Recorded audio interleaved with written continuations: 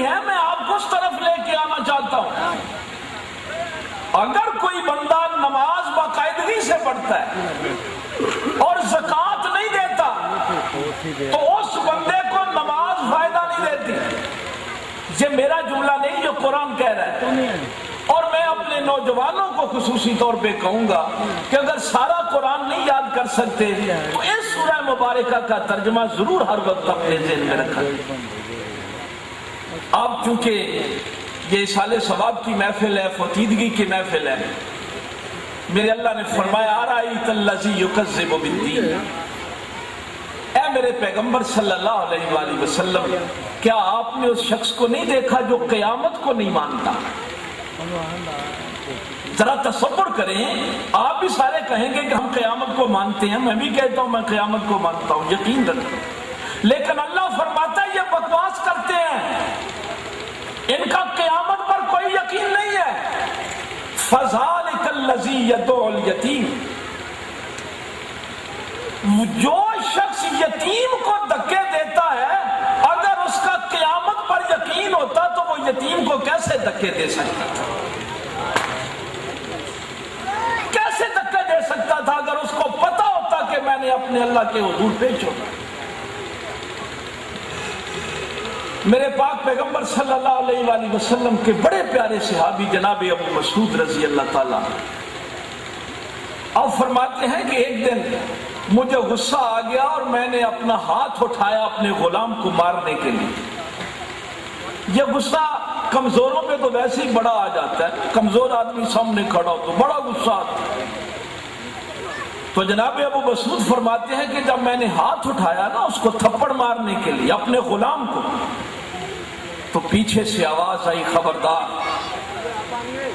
میں نے پیچھے مڑ کے دیکھا تو میرے پیغمبر صلی اللہ علیہ وآلہ وسلم کھڑے تھے، اور میری سرکار نے فرمایا ذرا جملہ ذہن میں رہے، جناب ابو مسعود فرماتے ہیں کہ نبی پاک صلی اللہ علیہ وآلہ وسلم نے فرمایا ابو مسعود جتنا اختیار تم اپنے اس غلام پہ رکھتے ہو اس سے کہیں زیادہ اختیار تیرا خدا تجھ پہ رکھتا ہے۔ فرماتے ہیں پھر جب بھی کبھی مجھے اپنے نوکروں اور غلاموں پہ غصہ آتا تو مجھے حضور کا فرمان یاد آ جاتا کہ ابو مسعود تیرا بھی کوئی مالک ہے اور تو نے اپنے مالک کے حضور پیش ہونا۔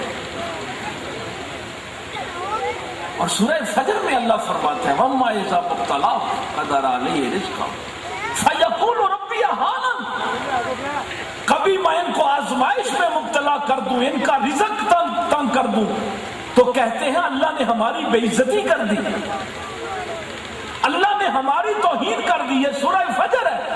اللہ فرماتا ہے اللہ کو کیا ضرورت ہے تمہاری بے عزتی کرنے کی، کلا بل لا تکرمون الیتیم، حالانکہ اصل بات تو یہ تھی کہ تم نے یتیموں کی عزت کرنا چھوڑا۔ جب تم یتیموں کی عزت نہیں کرتے تو پھر کیسے کہتے ہو کہ ہماری توہین ہوگی، ہماری بے عزتی ہوگی؟ تمہارے پاس دینے کو کچھ نہیں، تم ان کو نہ کھانا کھلا سکتے ہو، نہ پانی پلا سکتے ہو، نہ پیسے دے سکتے ہو، کچھ نہیں کر سکتے۔ تو میرے پیغمبر صلی اللہ علیہ وآلہ وسلم نے فرمایا اللہ کی رضا کے لیے محبت اور شفقت سے یتیم کے سر پہ ہاتھ رکھ دیا کرو، جتنے بال اس یتیم کے تیرے ہاتھ کے نیچے آئیں گے اللہ تجھے اتنی نیکیاں عطا فرمائے۔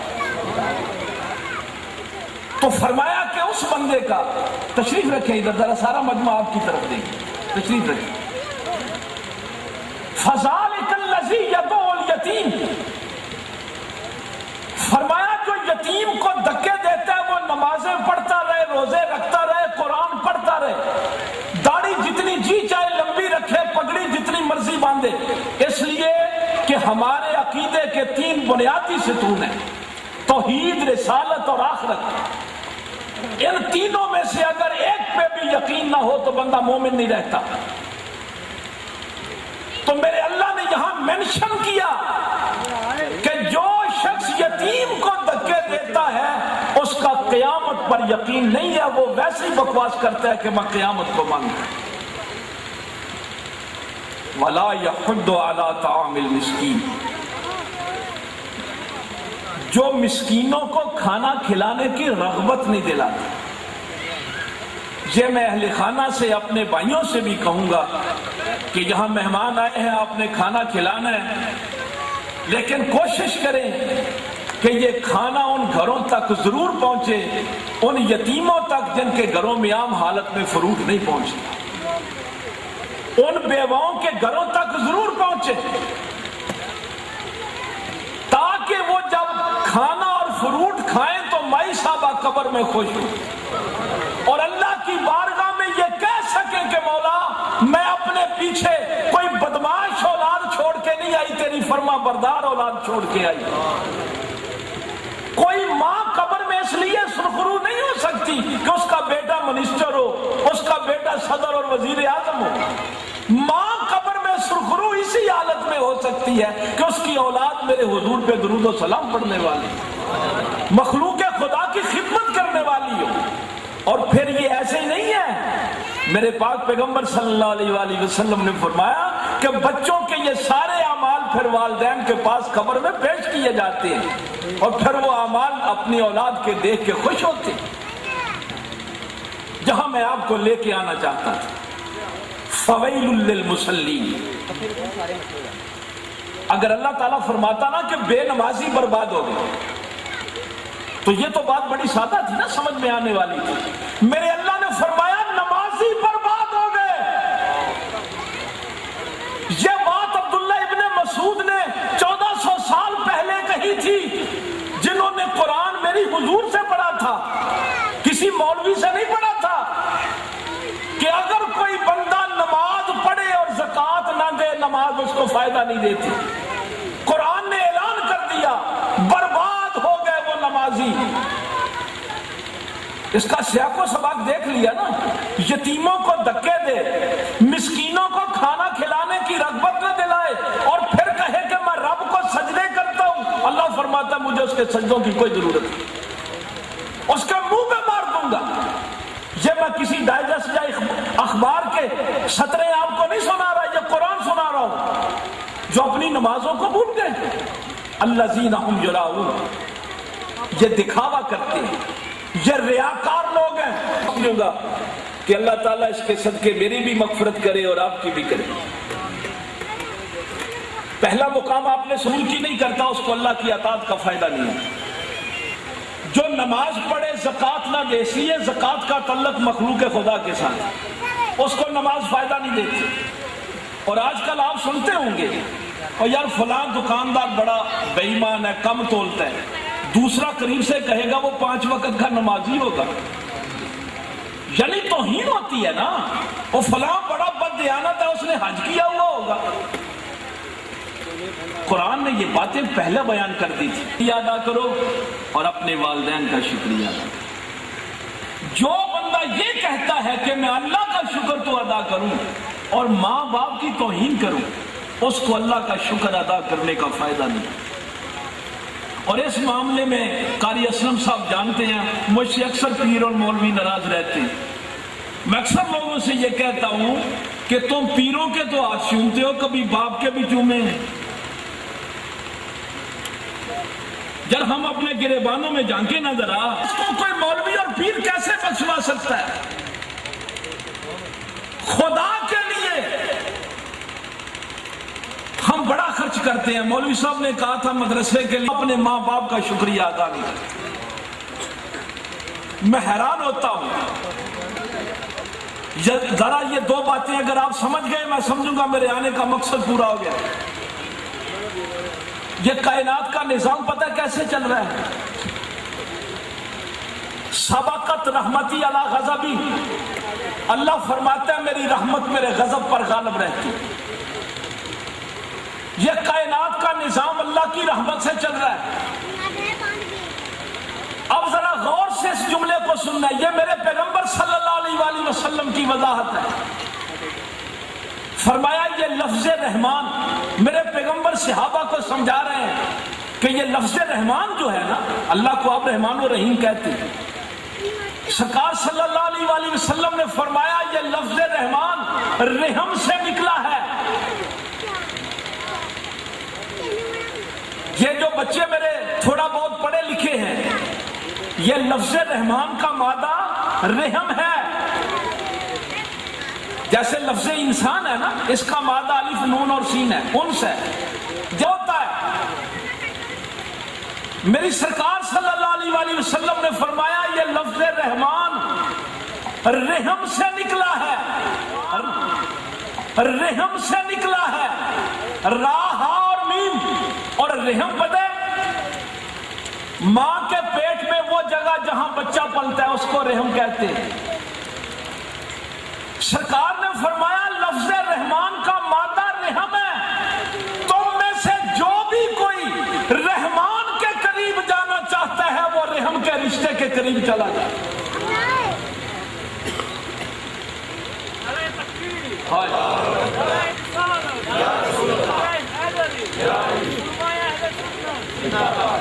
جو رحمان کو راضی کرنا چاہتا ہے وہ رحم کے رشتے کے قریب چلا جائے۔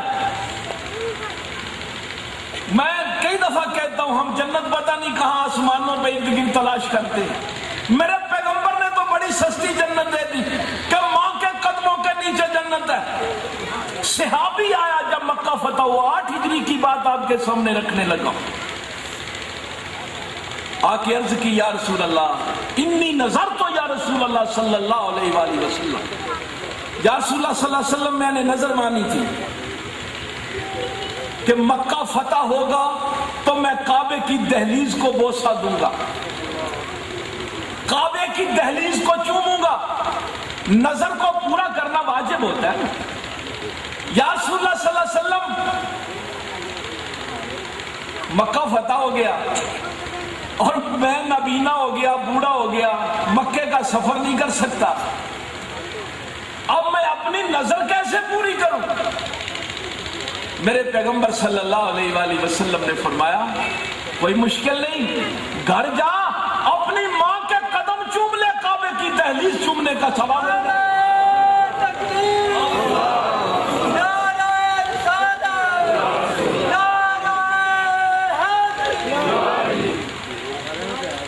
ہم کہاں تلاش کرتے پھرتے ہیں؟ یہ باتیں میں اس لیے عرض کر رہا ہوں کہ یہ بے عملی ہمارے اندر بڑھتی جا رہی ہے۔ باپ کی رضا میں اللہ کی رضا، اور یہ جتنی باتیں میں نے عرض کی محبت کے لیے آپ کو ایک بات عرض کر دوں، تابعی وہ ہوتا ہے جس نے صحابہ کی زیارت کی، صحابی وہ ہے جس نے نبی پاک صلی اللہ علیہ وسلم کی زیارت کی۔ یہ عبداللہ ابن مبارک رضی اللہ تعالیٰ عنہ یہ صحابی ہیں، تابعی ہیں، بغداد کے رہنے والے، فرماتے ہیں میں نے حج کا ارادہ کیا، وہاں گیا تو مدینہ شریف میں سرکار نے کرم فرمایا، مجھے اپنی خواب میں زیارت سے مشرف فرمایا۔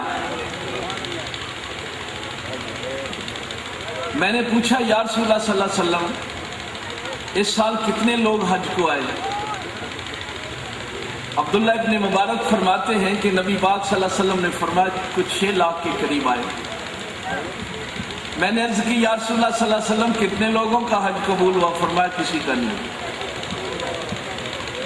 کسی کا نہیں ہوا۔ یہ عبداللہ ابن مبارک رام کے فرماتا ہوں موچی کہنے لگا کہ میں نے حلال کے پیسے جمع کیے تھے حج کے لیے، محنت مزدوری کر کے۔ میں صبح مثلاً تیاری تھی، قافلہ روانہ ہونے والا تھا، تو ہمارے ہمسائے میں نا وہ گوشت پک گیا، گوشت کی خوشبو ہمارے گھر بھی آ گئی۔ میری بیوی کہنے لگی کہ مجھے بھی گوشت لا کے دے۔ میں نے کہا بلی لوگ بڑی مشکل سے پیسے جمع کیے ہیں، اگر میں گوشت لے آیا نا تو یہ زیادہ رقم پڑ جائے گا، تیری مہربانی میں حج کا رہا ہوں۔ آپ کو پتہ بیویوں کی ضد بڑی عجیب ہوتی ہے، وہ ضد کر گئی۔ میں نے برتن اٹھایا اور ہمسایوں کے گھر گیا، میں نے کہا چلو ان سے مانگ کے لے آتا۔ جب میں نے اپنے ہمسائے کا دروازہ کھٹکھٹایا، اس کو برتن دیا، میں نے کہا یار تمہارے گھر گوشت پکا ہے، تھوڑا سا مجھے بھی دے دو۔ میری بیوی ضد کر گئی، کہنے لگے، میرا ہمسایہ رونے لگا، کہنے لگا یہ گوشت تیرے اوپر حلال نہیں۔ میں نے کہا تو بھی مسلمان میں بھی مسلمان، یہ کیسے ہو سکتا ہے؟ حلال ہے اور میرے اوپر حرام ہو. وہ زاروں قطار رونے لگا, کہنے لگا میرے بچے تو 3 دنوں سے بھوکے تھے اور کوئی کھانے کا سبب پیدا نہیں ہو رہا تھا. میں صبح باہر کھیتوں میں گیا تھا اور ایک گدھے, مرے ہوئے گدھے کا گوشت کاٹ کے لایا ہوں تاکہ میرے بچوں کی زندگی بچے. تو میں صرف ان کی زندگی بچانے کے لیے یہ گوشت پکا رہا ہوں. عبداللہ ابن مبارک فرماتے ہیں وہ موچی زاروں قطار رونے لگا, کہنے لگا مجھے حیا آ گئی کہ میرے رسول فرمائیں گے تیرا ہمسایہ بھوکا مر رہا تھا اور تو حج کے لیے چلا آیا. میں اپنے گھر گیا, ایک آٹے کا تھیلا لیا, اس کے اندر وہ ساری اشرفیاں رکھی اور اس کو بتایا بھی نہیں. اور ہم تو بتاتے ہیں نا کہ میں تجھے دینے لگا. اس نے کہا میں رات کا انتظار کرنے لگا. جب رات کا اندھیرا چھا گیا تو میں ان کی دیوار کے اوپر سے وہ بوری ان کے گھر پھینک آیا اور ہر روز رات کو رو کر دعا کرتا ہوں مولا مجھے معاف کر دے, میرا ہمسایہ بھوکا سویا رہا اور مجھے پتہ نہیں چلا. تو شکر ہے نبی پاک صلی اللہ علیہ وسلم نے اس امتی کی اس کاوش کو قبول کر لیا اور میرا گناہ معاف ہو گیا. یہ ساری باتیں میں اس لیے کر رہا ہوں کہ ہمارا دین تو بڑا آسان ہے. اپنے ہمسایوں کا, قریبی رشتہ داروں کا, اپنے ماں باپ کا اگر اللہ کا شکر ادا کرنا چاہتے ہیں تو یہ ساری چیزیں بکھری پڑی. تو یہ 3 باتیں قرآن میں سے آپ نے ذہن میں رکھی. میں نے آپ کو تکلیف تو نہیں دی کہ کہیں سبحان اللہ, اور بھائی میں نے آپ کو پریشان تو نہیں کیا, اس لیے کہ میرا ایک پیغام تھا جو اللہ رسول نے مجھے دیا اور میں آپ تک پہنچانا چاہتا. نہ میں نے آپ سے یہ کہا کہ میرے ساتھ یہ شعر پڑھیں, اور آپ کی بھی مہربانی آپ نے توجہ سے سنا. یہ باتیں تینوں ذہن میں رکھیں. اگر آپ اللہ کی اطاعت کرتے ہیں رسول کی نہیں کرتے تو کوئی فائدہ نہیں. اگر آپ زکوٰۃ نہیں دیتے, غریبوں یتیموں ہمسایوں کا خیال نہیں رکھتے, نماز فائدہ نہیں دے گی. اگر آپ اللہ کا شکر ادا کرتے ہیں اور ماں باپ کا نہیں کرتے تو پھر بھی کوئی فائدہ نہیں. اللہ عمل کی توفیق دے. وآخر دعوانا. اور بڑی پرکشش گفتگو ہم سے فرما رہے تھے. اللہ تعالیٰ سے دعا گو ہوں کہ مالک ارض و سما ان کے علم, ان کے حلم میں اضافہ فرمائے اور ہمیں عمل کی توفیق عطا فرمائے. بلا کسی تاخیر پروگرام کو آگے بڑھاتے ہوئے صوفی اللہ دیتا صاحب آپ حیبت پوری سے ملتمس ہوں کہ آپ مائک پر تشریف لائیں اور وقت کی کمی کو ملحوظ خاطر رکھتے ہوئے حاضری لگوانا مقصد ہے تاکہ تمام احباب, تمام مہمان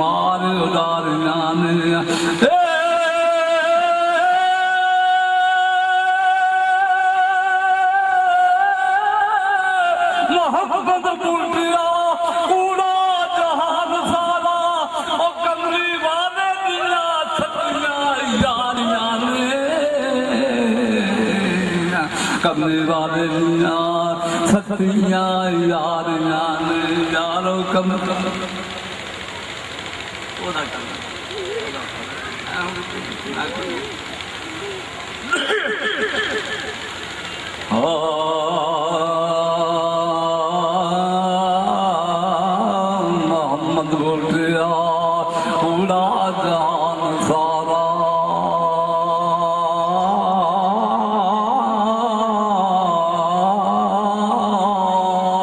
محمد بولیا پورا جان سارا وہ کملی والے دیا سچیاں یاریاں نے کملی والے دیا سچیاں یاریاں نے کیونکہ کاف قبر دی گل نہ سنی دادی میری جان پہ کدوں دی ڈور دیے کیتا نہیں میں عمل کوئی بچ زندگی گلاں پچھلیاں قبر پہ پھوڑ دیے گلاں قبر پچھلیاں قبر پہ پھوڑ دیے آکے دس سوگات بھی لے آئوں میری جان نو پہ ہن رول دیے میری جان نو پہ ہن رول دیے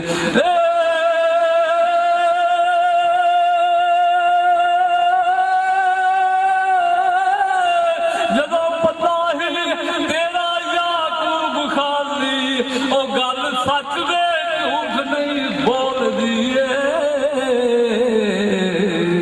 گل سچ دے جھوٹ نہیں بول دیے گل سچ دے جھوٹ نہیں بول دیے کافر کوئی آخر کوئی ہوئے تیرے اپنے ہی بدخواہ دی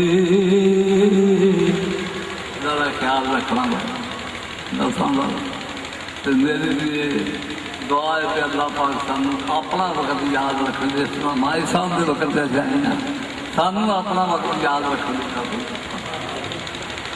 خواب کوئی آخر کوئی ہوئے تیرے اپنے بدخواہ دی تیرے اس وجود دے جوڑ سارے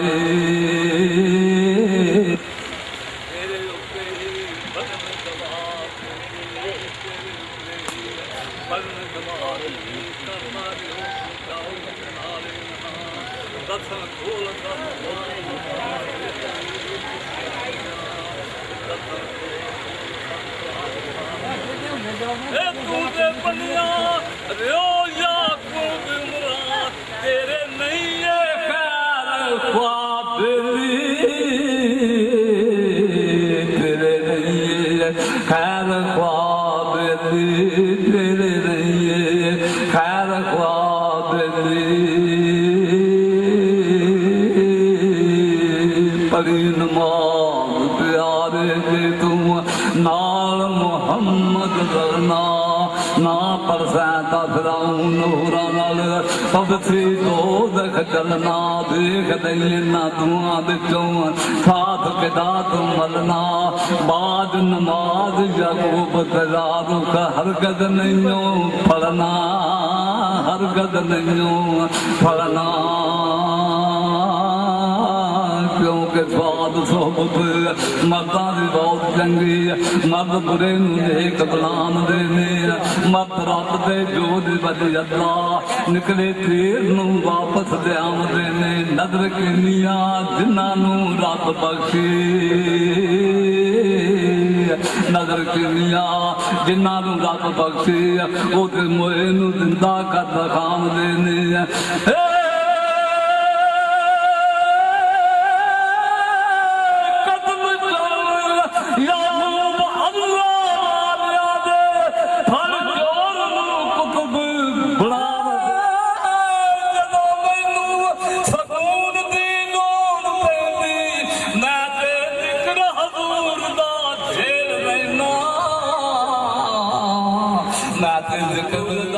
چھیل لینا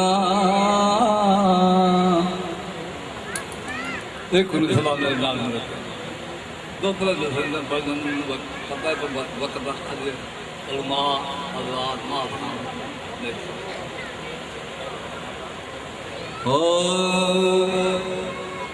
فضل رنگ اللہ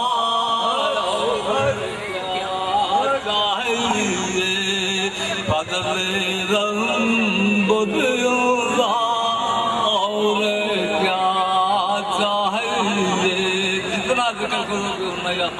بہتر ٹھکانا فضل رب اولا اور کیا چاہیے فضل رب اولا اور کیا چاہیے فضل رب اولا اور کیا چاہیے فضل رب اولا اور کیا چاہیے مل گئے مصطفیٰ اور کیا چاہیے مصطفیٰ اور کیا چاہیے سبز گنبد جو خواب میں آنے لگا سبز گنبد جو خواب میں آنے لگا حاضری کا سلا اور کیا چاہیے حاضری کا سلا اور کیا چاہیے مل گئے مصطفیٰ اور ہر کرم پر خطا ہر جرم پر عطا ہر جرم پر کرم ہر خطا پر عطا ہر خطا پر قلم ہر خطا پر کرم کیونکہ رحمت مصطفیٰ اور کیا چاہیے رحمت مصطفیٰ اور کیا چاہیے فضل رب اولا اور کیا چاہیے ماشاءاللہ، ماشاءاللہ، جزاک اللہ۔ مصطفیٰ اور کیا چاہیے ماشاءاللہ جی، جزاک اللہ۔ محترم جناب صوفی اللہ دتا صاحب ہیبت پوری بڑے خوبصورت انداز میں آقا نامدار کی مدح سرائی بیان فرما رہے تھے۔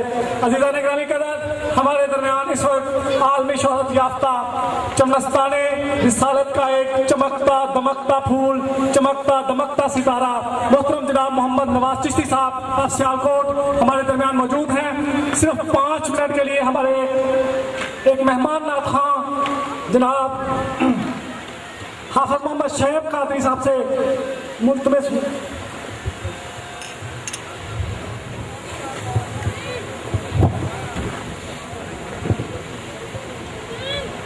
الصلاة والسلام علیکہ یا رسول اللہ وعلا آلکہ واصحابکہ یا سیدی یا حبیب اللہ حبیب خدا کا نظارہ کروں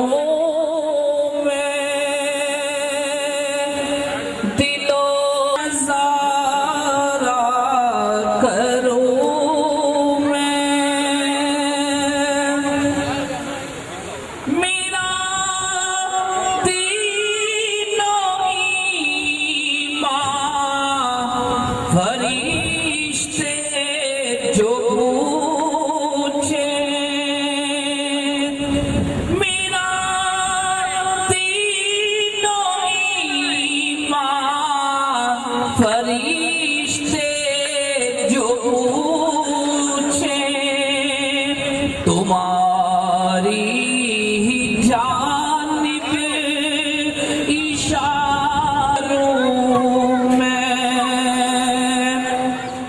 میں کیوں غیر کی ٹھوکریں کھانے جاؤں میں کیوں غیر کی ٹھوکریں در سے اپنا گزار